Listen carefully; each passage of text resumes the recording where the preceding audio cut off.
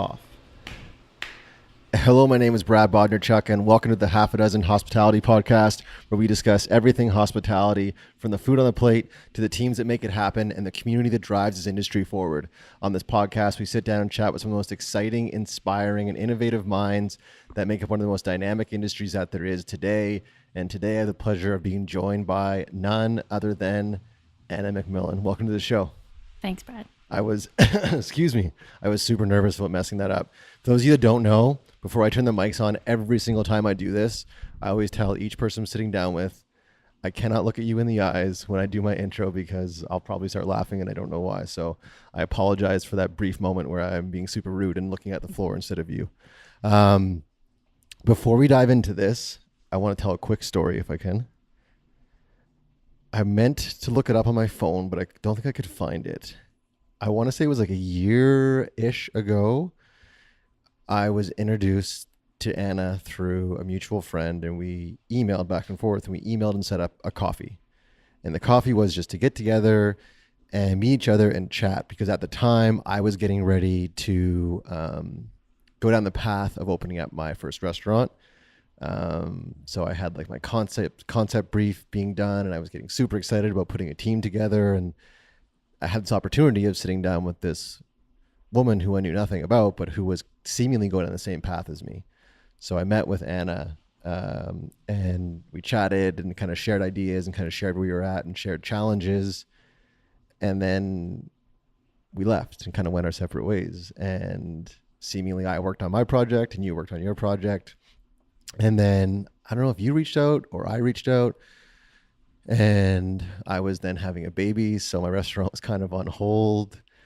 And then all of a sudden, a few months later, I see on a local print media here that the spot is opened up and your name is on it.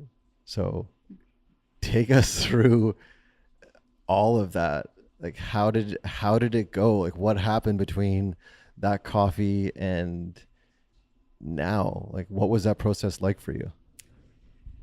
My mind and memory is definitely jumbled from then to now. There's been a lot that's happened. But my memory does serve. We were both kind of working on our business plan, just going through that process. I remember it was so much more in depth than I had ever thought it was, even though I went to business school and did business plans. But I was like, oh God, there's so much to this. Right. And I was really in the thick of it then.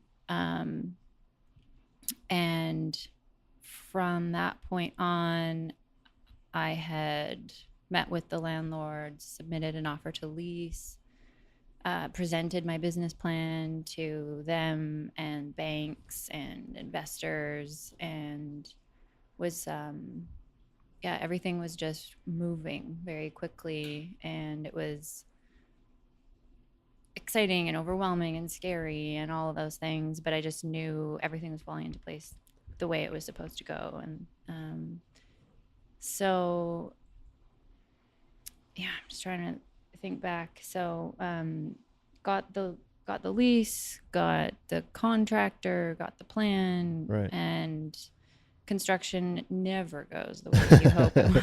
No. The city is unbearably frustrating to deal with. I'm still actually waiting for my liquor license, which has been a nightmare of a process.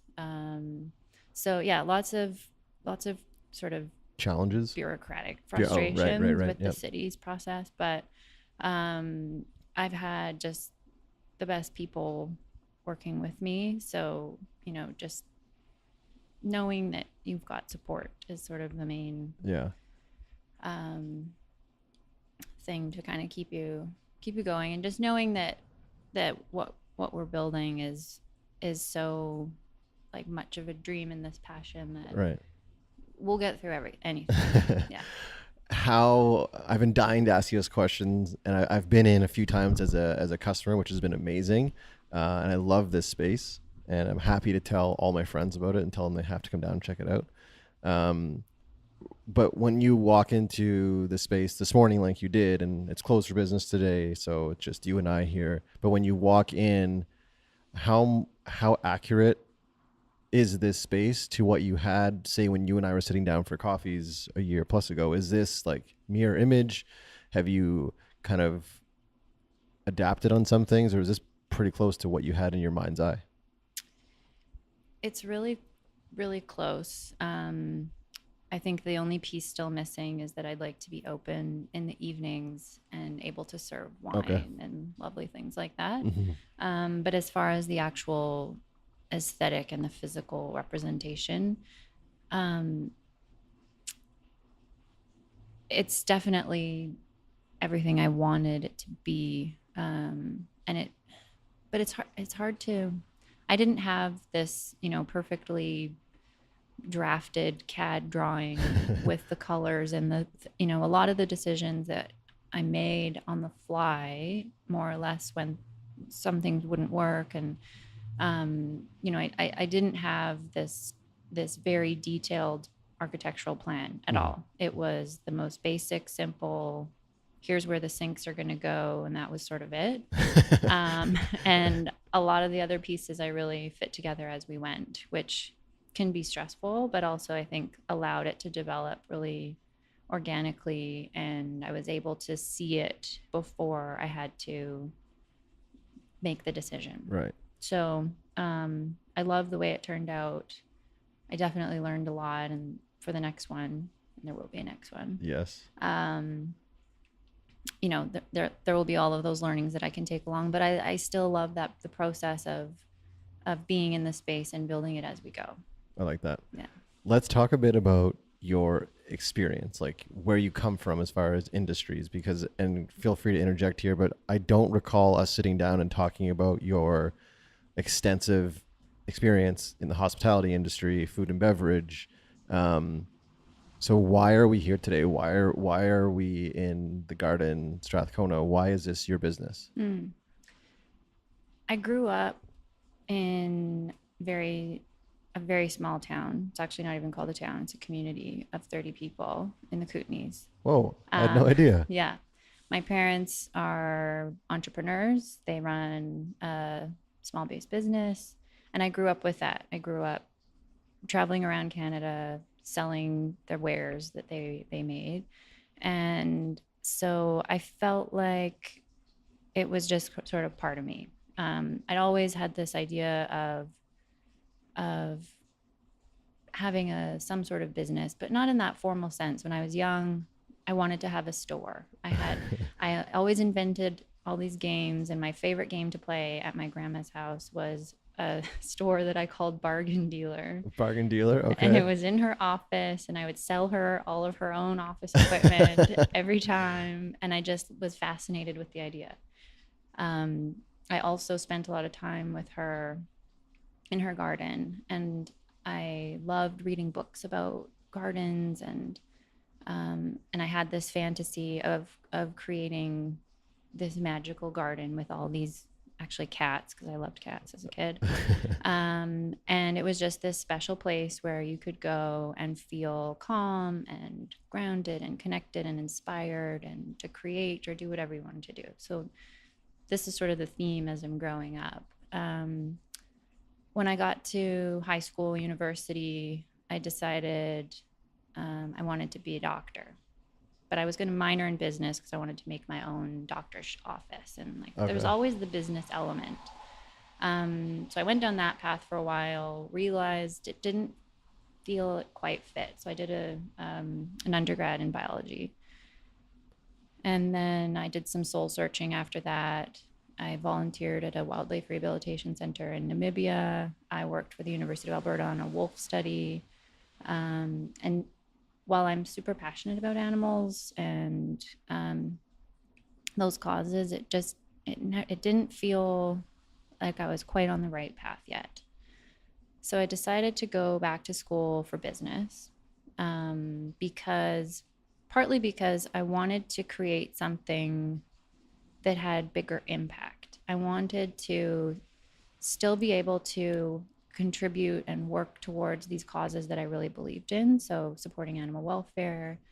But through that work that I did, I realized that as my own individual person doing physical labor and taking care of animals wasn't really creating a difference. You could hire a local person and pay them a fraction of what, you know. So I realized that truly businesses and corporations are what have the power and the reach to do really good things. And so following on that path, I wanted to go into business.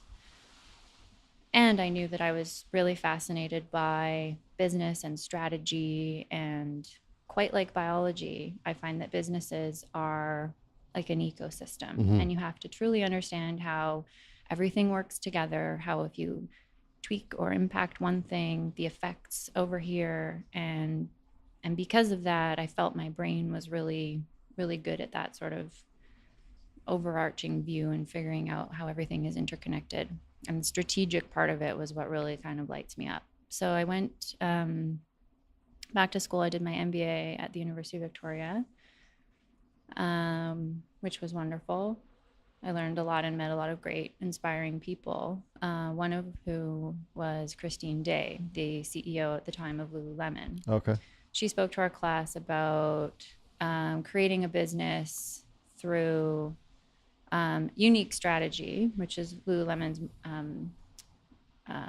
market entry strategies is unique and interesting. I won't go into it, but so that I found interesting, but also around creating how you create culture within a company. And I think that we can all say that Lululemon, whether you agree with it or not, has created a pretty substantial and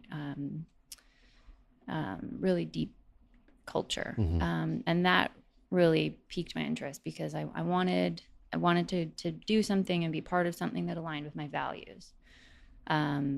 So I got a job at Lululemon because at the time I still knew I wanted to start a business, but I didn't still know exactly what it was. And I didn't feel like I had quite the experience yet to know how to do it or what to do.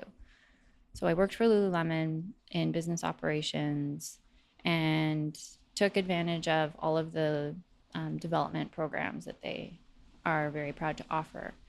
And through that, I worked on this vision and goals exercise that they do. And at first it was sort of like, oh, I don't know what I'm supposed to say or how it's supposed to sound. So I wrote down all sorts of things like run a marathon, hate running.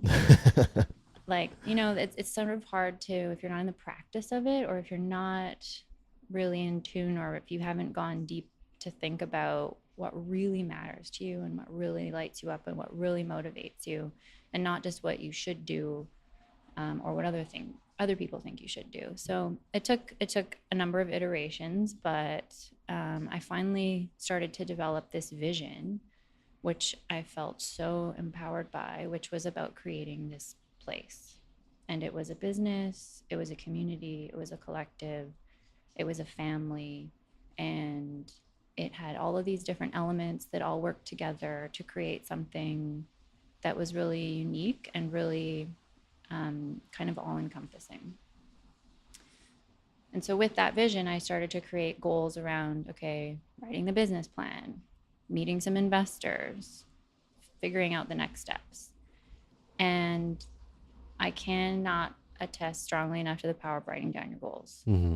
As much as people are like, oh yeah, literally as soon as I was like, yes, this is it, and I mapped it all out, looking back now to my 2015 goals, I'm off by like a month of when I said I'm going to open this place. Right. And that still gives me chills. Yeah. It's like at the time in 2015, if you'd actually asked me, I'd be like, well, I don't know if I'm actually going to do it. But when you commit to it on paper, it's crazy. So yeah. Amazing. Such a cool story. It's such a cool story.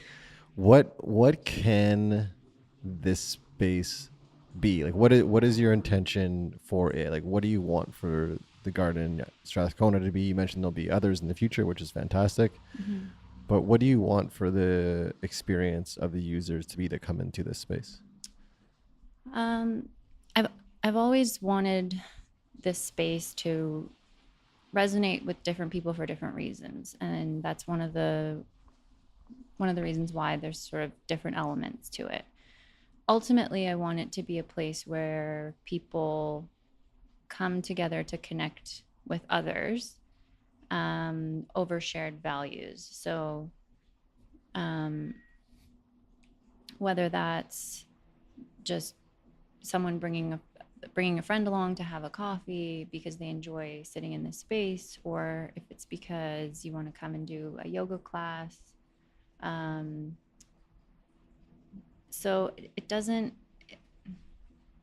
it's hard to define sort of like the target demographic or Right. the target person, because I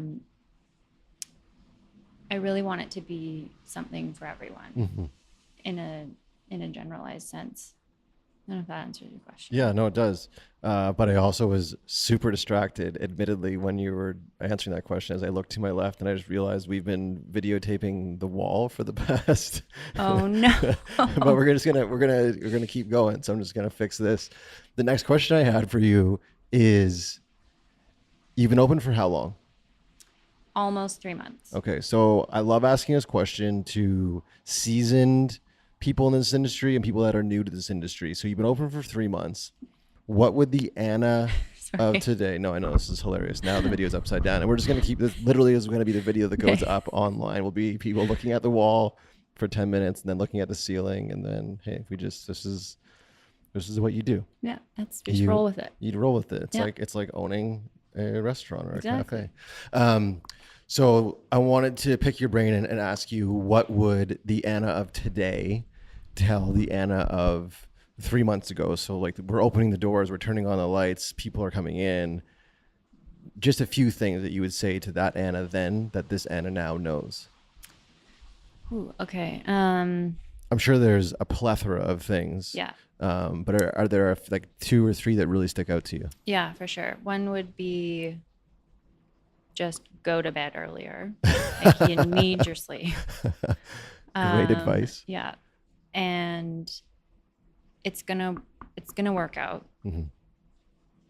And I think that one of the things I was struggling with then is just, there's so much in not knowing, and you have no idea if there's going to be 0 people coming in or like 200, and like how to be ready for it. I'm always kind of a person who I'm like, I need to know, and I want to be prepared, and I want to feel confident in being prepared, but you can't prepare. It's one of those scary things that is just such an unknown. And I mean, it's kind of a cliche piece of advice perhaps, but just really embracing that and knowing that it's going to all work out.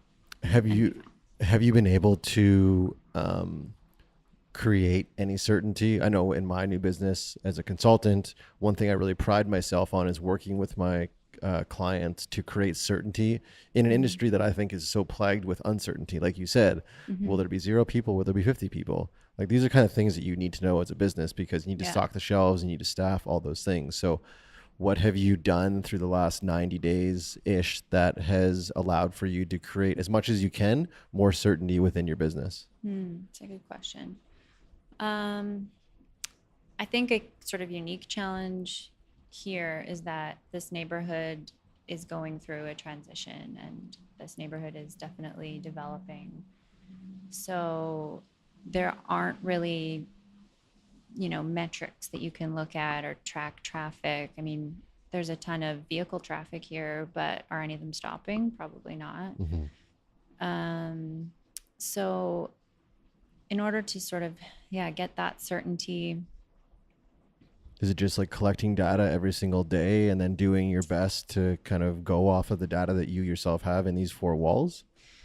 Yeah. I mean, the first Saturday that we opened, we had every single person we know and staff on the floor helping, and it was madness. It was busier than I was expecting. We had only been open for a few days, and because our construction was delayed, as it usually is, we hadn't actually like test run anything. Oh no. We literally opened the doors and we're like, okay, this is the first time we're making this menu item. So Oh, are you serious? Yeah. I had originally planned for like a month worth of like beta testing. Yeah. So I'm in charge of the baking. Yeah. And I was like, well, I'm going to make the chewy salted chocolate chip cookies. Which that are I ridiculous, know. by the way, and should probably be illegal, but continue. And I was like, no other plans. So that morning I was like looking through, and of course I hadn't slept in however many Right. days. So I literally just, I don't know, threw some stuff together. And so, yeah, I wish we could have had the time to be more prepared. But at that point, it was like, we're so overdue and like, we just need to get the doors open. And so, yeah, so that first Saturday was crazy. We had everyone helping. And so all of a sudden it was like, oh God, is this what it's going to be like every day? And of course it wasn't. And things, you know, as the initial buzz of like, oh, we're open, it started to level out. And of course everyone else got more comfortable and efficient and smooth with what their tasks were. But yeah, it's really right now, to be honest, especially because it's such a seasonal industry too, that now October felt really kind of slow and strange, but November and December, there's a lot more kind of going on and people are out more. So it's so hard. I don't think there's an answer. Yeah. It's really week by week, to be Right. honest. Yeah. I envision people driving their vehicles right now, listening to this podcast, or sitting at home, maybe cooking a meal, whatever they're doing, and they just listen to you say that you opened this place not having like cooked certain menu items. They're just like, they probably laughed or shook their head or like, oh my God, this woman is partially crazy. Yeah. Were you concerned at all about that? Were you concerned at all about Joe's first exposure to what the Garden Strathcona is to be not what you had envisioned, or it was just such an important thing for you and the team just to open the doors, you were willing to sacrifice certain standards to make the lights come on and the doors open up? Well, Or did you? Sorry, before you jump in there, were you able to give the product you wanted at the level you wanted? Were you able to provide the service you wanted at the level you wanted? Or you're just like, we just have to get through this and then we can kind of worry about the finer details? yeah, I mean, the way it sounds is like, you know, we'll just do what we can and get it out there, Right. which is definitely not the standard that I would say that I stand for. Definitely. And I don't think we compromised it. Good. And I think part of that was how confident I felt in the team that we hired. One of them being, the other thing is I don't have any job titles for anyone, so it's hard to refer to people. okay. But Manette, who is our wildly, incredibly talented cook, Shout out Manette. yeah, huge. She literally saved me in that realm of things. So I won't go into details, but through the course of our construction, I lost our general contractor. So I became the general contractor. Oh my God. So during the time when I'm supposed to be planning the menu and testing all these things, like I'm managing trades and I'm painting things and doing, like, I'm really literally trying to get the space ready. So when Manette was actually the first person we interviewed, first person we hired, and I swear to God, the universe delivered her to me. She is so talented. She knows how to run a kitchen. And I just felt so confident that between her and I, in that first week where we were figuring things out, yeah, it was going to be a bit crazy and a bit stressful, but we were still going to deliver a product that was what we felt really proud of. Right. And we did.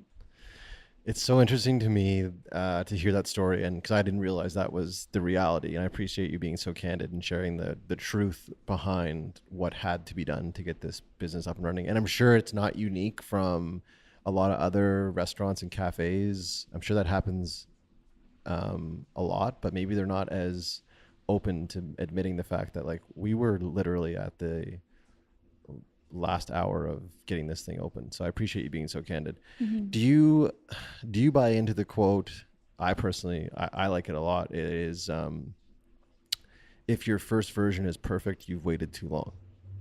Does that resonate with you? Mm-hmm. Yeah. So do you feel like, and this is kind of a leading question, I'm sure I know the answer to this, but I'd love to get your input regardless. The product that once was the first few weeks of the Garden Strathcona, does it pale a comparison to what it is now? And if so, what about it? Honestly, no, I don't think so. We've changed the menu a little bit, partly because we're passionate about having seasonal ingredients, and so things obviously have to shift. There's a few things that we've changed due to like efficiencies, and I got so frustrated with making avocado toast, even though it was like, of course we have to have it. And then I'm Right. like, oh my God, these avocados are rock hard. How am I supposed to serve an avocado toast? And so I was like, no, they're done. And like, they're not local anyway. And everybody has avocado toast anyway. Right. So yeah, there's definitely things we've changed and tweaked. And I think that they've been refined to be better.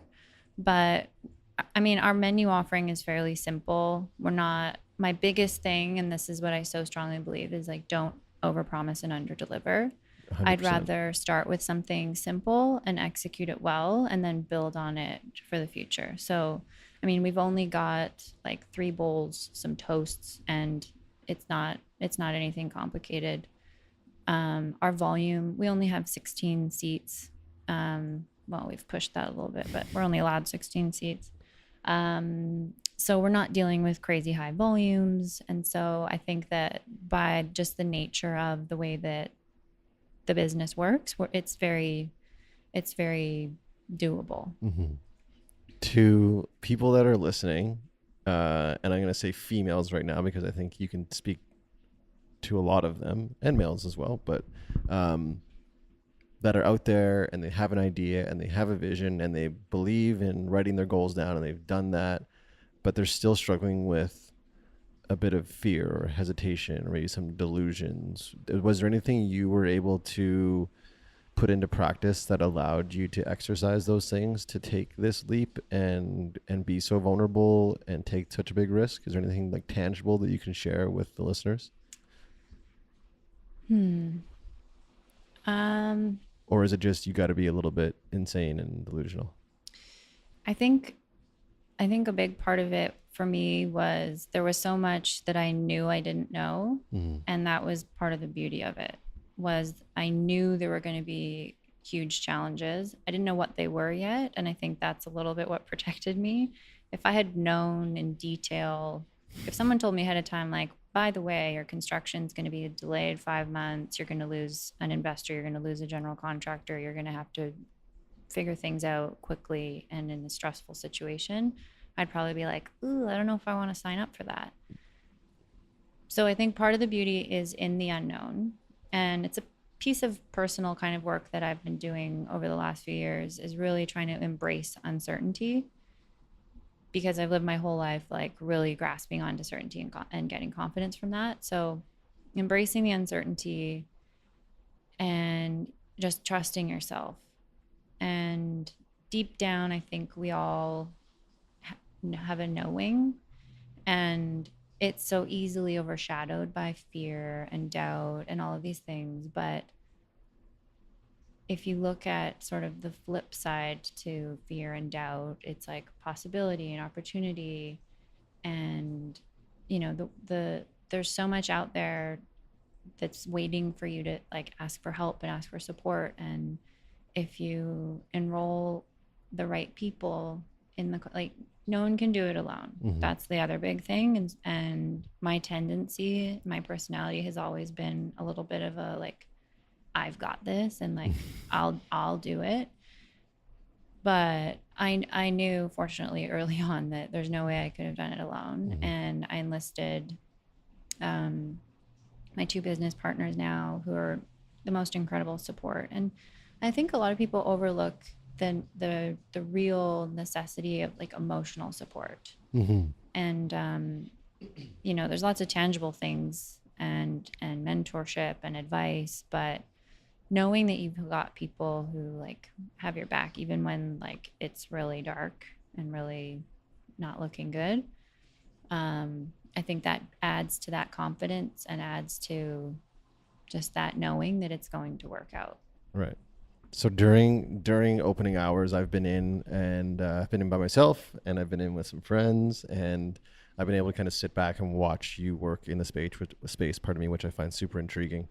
And literally, I think I've seen you do everything at least once. What aspect of this business, what hat have you worn that you feel like is the most natural for you? Where, if you had your choice, would you be stuck every time the doors open? This would be the space that you would populate, and this would be your role in the business. I think my role where I'm the most sort of powerful or the most Like useful, valuable, yeah, is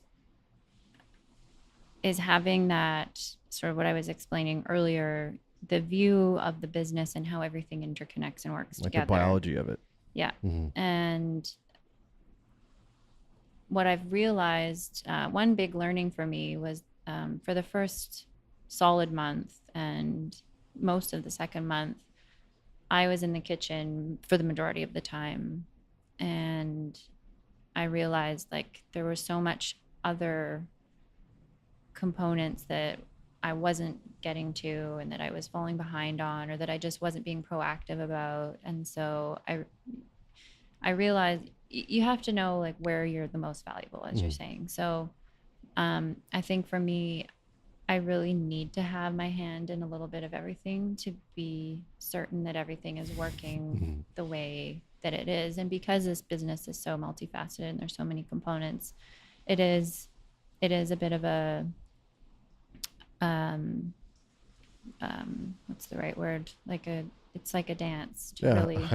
Yeah, I say that on this show all the time. I love that you just said that. I just think this industry is so dynamic, so dynamic. I really feel like this industry is unlike any other, and I do fully agree with you. It is like a dance. Every single aspect of it is like a dance, and whether you're front of house or back of house, engaging guests or not engaging guests, you're working with staff.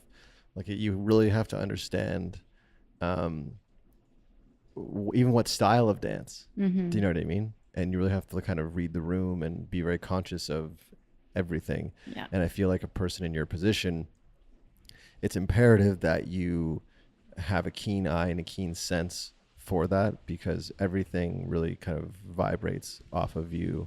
And not to say that like you are the be all end all of this business, but it is very important that you are in tune with this space, because people are going to look to you. And it's almost like we have a 5-month-old daughter now. When she starts to crawl or walk and she falls, she's going to look at us and see our reaction and how are we reacting. So I think of that in this space when, you know, let's just say there's a lineup out the door and you've run out of cookies. People are going to look to you and see how you're reacting. If you're just calm, cool, and collected, then you're going to have that effect on your entire space. Are you aware of that consciously, or is it happening subconsciously for you? I think it's more subconscious, but I've been told, and I do believe that one of my best qualities is remaining calm. And we always have backup of cookies. Okay, good to know. Good to know. You do have a very like calm demeanor. I don't think I've come across you being either end of the spectrum, whether seeing you in your business or when I first met you for a coffee a year plus ago. What sends you either way? Like what would make you jump out of this chair with excitement right now, and what really rattles your cage? Or are you always able to kind of stay the course, or is that not reasonable? Right? I think I do sort of weather that storm, at least on the outside. Sometimes I feel like a duck on the water where the legs are moving a million miles a minute below the surface. Right. But I'm a bit of an internalizer and an analyzer, so it's always going on back here, which can be a detriment when I'm trying to sleep. Here comes the sleep again. Yeah, the sleep's a big one. Yeah. But yeah, I mean, I think that For me to be really stressed, it would be if we're not delivering to that level of standard that I firmly believe in. And in that case, I'll do anything in my power to rectify it.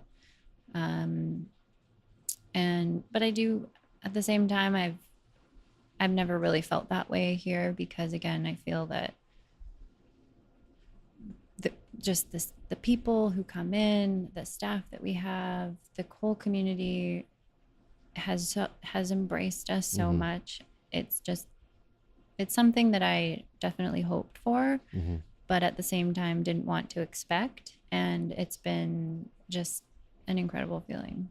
That's amazing. Yeah, it's been interesting for me, again, coming into the space a handful of times and seeing the different people that are populating the space. Like, it really is such a broad spectrum of demographics. From like, I've seen young families, and I've seen seemingly people just like me, and then I've seen big families, and it's been really, really intriguing for me to see kind of who this brand speaks to. And it really does speak to, again, like this area in Vancouver as a city as well. Like you said, this area in particular is going through so many changes. So for those of you that are listening and not local here in Vancouver, we are sitting at, what's the address? 868 East Hastings Street. 868 East Hastings. So for many, many years, this has been kind of a defunct area of town with not a lot of investment and not very many inspiring things happening. But you're seeing businesses like Anna's come in here and kind of rejuvenate. And it's so great to hear that people are accepting you guys with open arms, which is such a massive part of, I'm sure, fueling you to keep you going when you can't sleep at night. Yeah. Let's talk a bit about that. Re-energizing. I find, I find this industry can be so demanding on everyone that's involved, but especially the people that are in charge of these spaces, because you have to employ people and you have to feed people, and these people are depending on you to provide so many different things for them. So when you are feeling worn down and you are requiring sleep, do you have like a re-energizing formula that you can do that you know is going to get you back to the Anna that you want to be for yourself and for everyone else? That's been a big learning for sure. Over the last 3 months. And part of it is a little bit in letting go, and knowing that I don't actually have to be here every minute of every day. Because for the beginning 2 months, I was here every day far before opening and far beyond closing. So those like 14-hour days really start taking a toll. And we're closed one day, but there's still a million things to do. So, it's been a process for me to let go of having to physically be here all the time and physically be in the kitchen or behind the bar all the time. I know that my team can run things perfectly well without me here. And so for me to rejuvenate, it's really taking a step back from everything and taking the time for myself, going to bed at an appropriate time, but also just feeding my own, self-care routine or whatever it is. But it's mostly just taking a pause that I have to really force myself to do. And it's hard, but it's very necessary. Yeah, I find even for me during podcasts, I find I'll be listening to someone answer a question, and I'll realize like I haven't had part of me a deep breath in like 25 minutes. Right. And it's just about being conscious of those things. And I'm sure during a service but during opening hours where your head is just down, you're like, wow, I haven't eaten, I haven't had any water yet. Oh yeah, like all these things that are so imperative. And I always thought with my restaurant that I would like institute some sort of like signal that it'd be like a sound or a song would play, and that would be like your song. If you were working at my restaurant and you were in the kitchen, like this song would come on, that would be your song to leave. Like go take that 3 or 5 minutes, like go back, have a glass of water, have something like nutrient dense, and then come back into the space and be again, that's the vision. I don't know how like realistic it is, but I just think it's so important, like you said, just to pause and take a minute to reconnect with yourself. And do you find that you are able to impart that wisdom on your staff as well, and they are open to it, and do they practice it? Yeah, I think that it's always a bit of a work in progress in this industry, but it's definitely something that I know for myself, and so I'm very conscious to be sure that that expectation is also very clear for everyone on the team. That it's not about who works the longest without taking a break. It's not about whatever. It's about taking care of yourself so that you can show up every day and perform and be the best version of yourself, whatever. I like that. Let's change speeds a bit and let's highlight again this business. This business for me, unique, just like aesthetically, is different. It's different than your traditional cafe because of what you've done with the layout and design. So again, those people that don't have the ability of either being local or just listening via iTunes, describe this space to them and what they can expect to experience, because there's a retail opportunity. There's food and beverage. What do they experience when they walk into the garden? Yeah. So when you walk in, there's a lot of sort of natural elements. I wanted to use a lot of wood, a lot of plants, but also keep the sort of raw industrial feeling of the space, which is polished concrete floors, raw cinder block walls, and steel and glass beams in the front. So it's really a play on sort of that cross between industrial and nature, and the aesthetic is very dark. I didn't want a single piece of anything white anywhere. So it's a little bit of it's also a little bit of a play on like growth and decay. Okay. Partly because I feel that that really speaks to this neighborhood. It's the oldest residential neighborhood in the city. There's some of the most beautiful old historic homes just a few streets back. And so you see that rich old sort of timeless piece, and then there's new things coming up. So I wanted the space to feel like it spoke to both. There's our bar is made of 23-foot long, 3-inch thick planks of 100-year-old fir that I actually got off of Craigslist. Oh, wow. That were pulled out of a shipyard in the Fraser River Amazing. Valley. That a friend of mine actually built.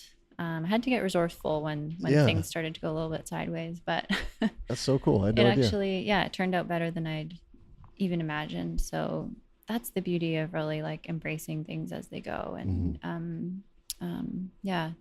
so I knew I got a little bit of inspiration from some places I'd traveled to. I wanted it to be different from other places in the city, but I wasn't specifically like fixated on the opposite by any means. It was more just that I knew how I wanted it to feel, and I wanted it to feel really welcoming and also really calm, like that feeling you get when you're in a garden. I don't think it's not like crazy plants everywhere, but there's enough to feel that element of like things are living and breathing, and the air is clean. And the retail component was actually the first piece of the business plan. I knew I wanted to have a retail shop because I'm really passionate about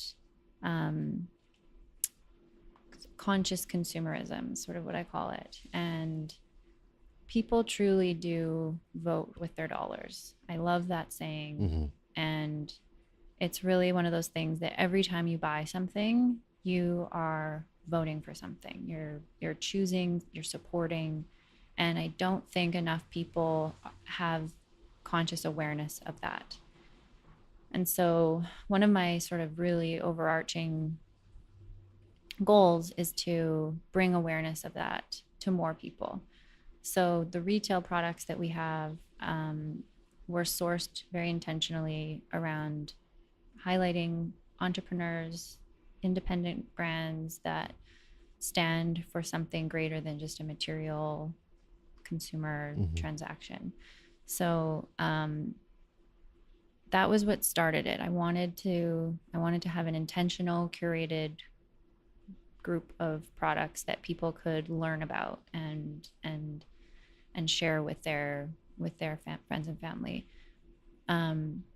But I knew I needed to do it in a unique way, and I wanted people to be able to come in and actually connect over that. So if they learn about like, oh wow, this line of soap gives back 40% of their revenues to women's health initiatives, like that's an incredible thing. I want to share that with people, and I want to talk about like what that means and how I can, create a bigger impact. So to create space for people to have these conversations and touch points, I wanted to create space where people could come together and actually spend time. And to spend time, the best way to do that is over food and drinks. And so that was when I knew I wanted to pair it with the cafe. And I knew I wanted to source all of the food from sources that were ethical. And so there needed to be like a program kind of around that.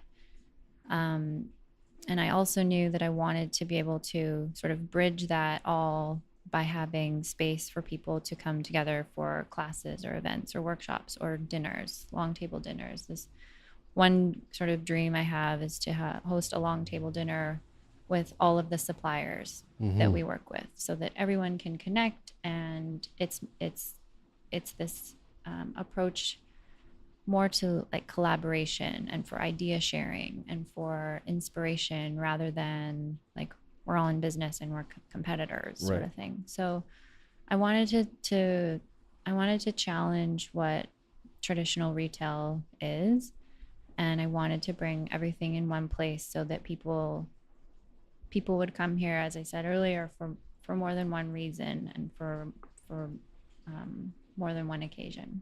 When you are back in the kitchen, so again, for those of you guys who are just tuning in via audio, it's kind of a long room, and then down the back you can see the very well lit kitchen space, which looks very clean, by the way.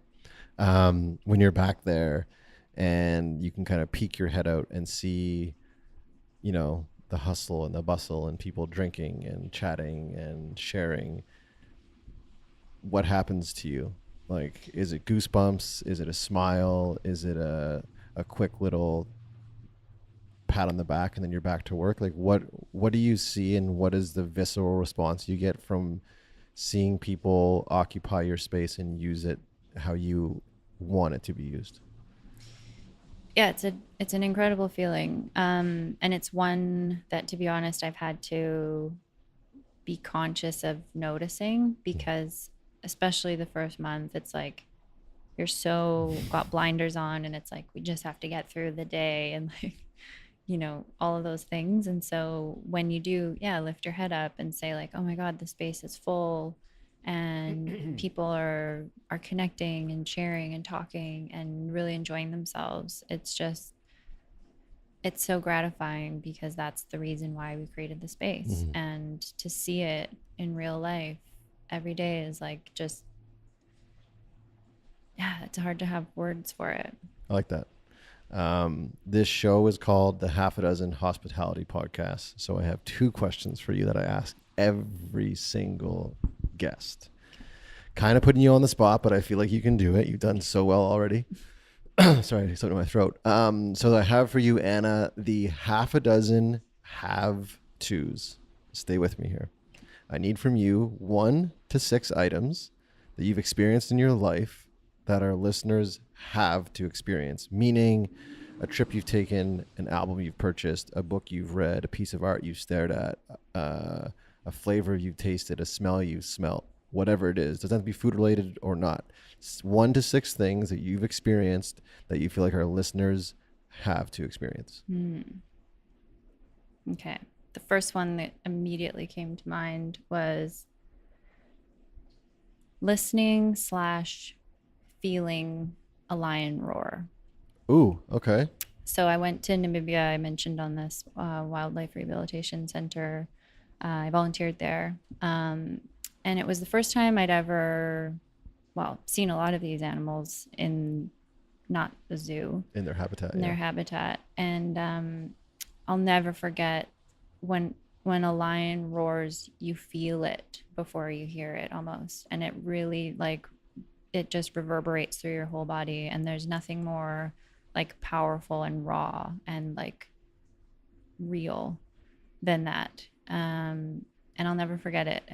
And being in Africa and experiencing that, you know, it takes you back, like the origin of life and all of these Right. things. And it was so, you just feel so small is not the right word, but just the vast greatness of the world Yeah. is just very humbling. Right. So that's one. I like that. That could be 6 just right there. That was Yeah. amazing. I got shivers. Just, I mean, I've never experienced that, and I have mad respect for creatures like that, and I can only imagine what that would have felt like to the marrow of your bones. Mm-hmm. Amazing. Yeah. Now, how to figure out the next 5. Yeah, you don't have to do 5. That's my Okay. vision is having everyone do at least 6. But Yeah. some people have done 1, gone completely blank, and just stared at me and said, "Please save me." So, Next. if you want to move on, we can. If that's like the one that you feel it kind of speaks to you and of you, we can leave it at that. I know I could think of more if I think about it, but let's Cool. I like that. move forward. Yeah, let's move and forward. maybe I'll have another. You know, it's so light funny. bulb. It's so funny after so many of these interviews, and I'll go on my diatribe at the end here, but I'm always so thankful for people like yourself for coming on my show and supporting this project and supporting me. And we'll connect after the show, and people will be like, "Oh, I wish I would have talked about this, or I wish I would have said that." But I think that's also a great reason for me and those people, maybe you and I, to do round 2 at some point. So the next question I have for you is the same kind of rules, if you will. So 1 to 6, it's called the half a dozen haven't yet. So more of like a bucket list type thing. So 1 to 6 things that you haven't experienced yet that you hope to experience between now and the dreadful day. Oh boy.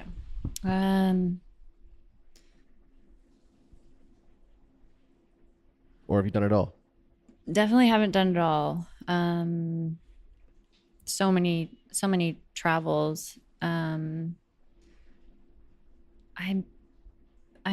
coming back to this thought that I really think is so powerful, and that you don't know what you don't know. I love that. And I think I'm just excited to continue to have like a passion for discovery and adventure and finding out more about the things that I don't yet know, that I don't even know. Right. It's amazing, isn't it? Yeah, it's really Again, humbling. very. Yeah. So off the top of my head, You mentioned travel. Is there anywhere that kind of jumps out at you that you like, Brad, I got to get here? I've got to go to Egypt. It's Oh. been ever since I was a little kid again. What about it? Fascinated by ancient Egypt, Okay. Egyptology, the incredible things that Egyptians did back in the day. Yeah, inexplicable almost. Very, yeah. I just feel this sort of. It's funny. I wrote this poem. I'm not a writer. I'm not a poet, but I wrote this poem for whatever reason when I was young about this call, this feeling of like needing to go to Africa. Oh, wow. And I did go, and I just feel so strongly to go back and to have more of those sort of really, really raw, humbling experiences that I think living in this incredible country that we do, it's so easy to take so much for granted. Mm-hmm. And I think that, yeah, part of my continual sort of discovery of myself and discovery of the world is to have more of those experiences. What about Kenya? Oh, yeah. Yeah. Yeah. I looked. I I forgot that this was populating the space, but it is. And I'm just going to give a shout out to my good friend Paul, who is the tea captain at Just Tea. And you have Just Tea here We sure do. available for Yeah. sale, which is amazing. Paul was on the podcast, I want to say like 3 weeks ago, a month ago. Love his story. Love that company. Love what they're all about. And I told him, and I've told many, many other people since then, I don't know how or when, by 2020, it's going to happen, facilitating a trip to Kenya with a cause, with hopefully every single one of my guests that have been on this show. Wow. Again, big, hairy, audacious goals, but I would love to execute that. So Amen. I'll keep you on the email list and let you know. Any others that you wanted to add to that? Again, the ones you've done are very eloquent and very nice. So, well, I want to open a garden in another city somewhere in the world. Okay. An international city. And the reason I want to do that isn't just because, yeah, great, that sounds cool, but it's really because I want to create this network, and I want it to be multicultural, and I want it to be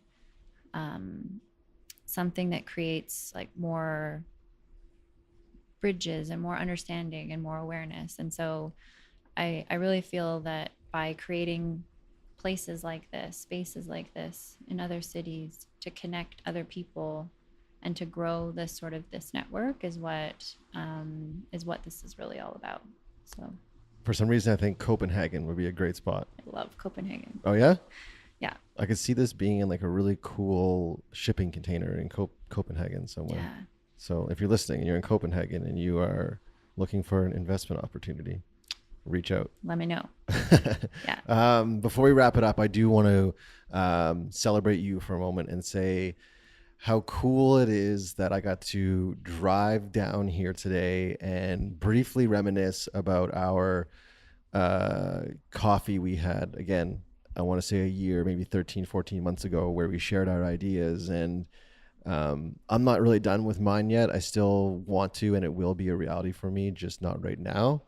But I take so much pride in seeing you create this space, and I'm so proud that I can tell people that I know you, and I can tell them to come check this place out because it's actually really cool, and what you're doing and what you're about is what this industry needs. So me and this show will be more than willing and able to fly your flag and support anything that you do from here on out, whether it's internationally or locally. I just think what you're doing is really special. And again, like I said, it is what this industry needs, is that conscious, those thoughtful businesses. So I applaud you for that. And again, I applaud you for writing things down and having those seemingly scary targets, but still going after them. So kudos to you. And I also wanted to say that I don't know for a fact, but I'm going to assume that the very first day that I came in here and the business was still relatively new, you still looked like that duck. You were still calm, cool, and collected, and took a moment to say like, "Hey, Brad, how are you?" While I'm sure you had 75,000 other things on your mind. So kudos to you for doing that. And I celebrate you and your team. Something you said, and I don't think it can be said enough, is nothing like this, nothing special ever happens with just one person. So I not only celebrate you, but I celebrate everyone around you that has made this a reality, from investors to people on Craigslist selling you old pieces of wood, which is amazing. So congratulations. I'm extremely, extremely excited for you, and extremely excited to see where you take your vision and your brand further. So thank you so much for your time on the show. Thanks, Brad. If you guys are local, I implore you, get down and check it out. It is a truly unique space. It is an amazing product as well. And if people do want to reach out and get in touch, how best can they engage with you and your team? To be honest, our primary sort of mode of communication with everyone is actually Instagram. Right. But email is also great. So we're at the Garden Strathcona on Instagram, or hello at thegardenstrathcona.com. Easy. And before we wrap it up, I just want to quickly mention, or I guess ask you the question. This space is used for other things than just a cafe, right? Did I see Yes. yoga here as well? We've got yoga. We now have 3 weekly classes, Saturday, Sunday mornings at 10 and Wednesday evenings at 6:30. Looking to always expand that as we go.